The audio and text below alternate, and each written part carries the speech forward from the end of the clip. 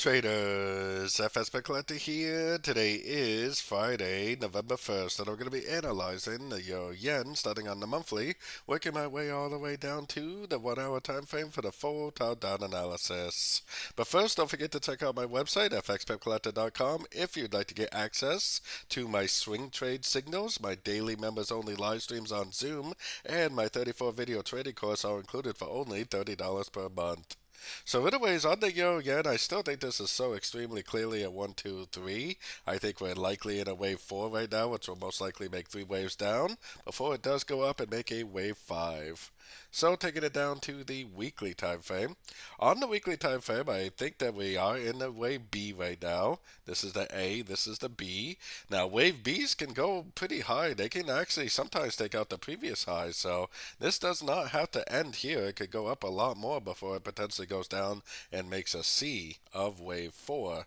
And keep in mind, this is the weekly time frame, so this could take, well, this probably will definitely take many, many months to play out.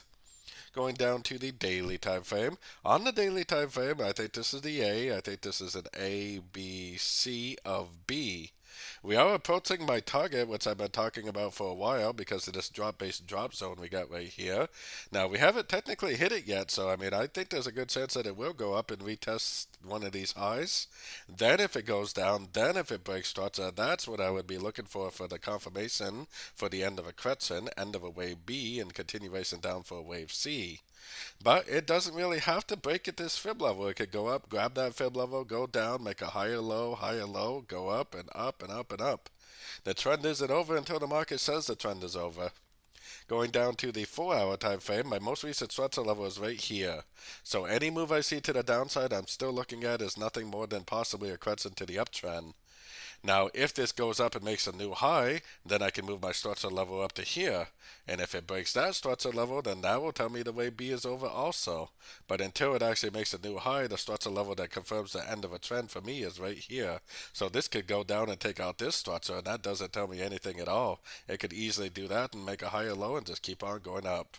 So going down to the 1 hour time frame, I got my Fibonacci extension on here from this move right here, projected off of this move, because that is a higher low, which means that it could go up, to the 100% Fibonacci extension, and this move down right here could be like an A or a 1. This move up could be a B or a 2, and then it potentially could go down for either a C, which would probably take out this low and then go up like that, or maybe even a wave 3, which a wave 3 would go down and break structure.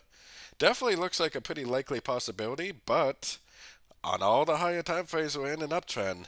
Sometimes what we think is a wave B or a wave 2 is actually the continuation of the uptrend.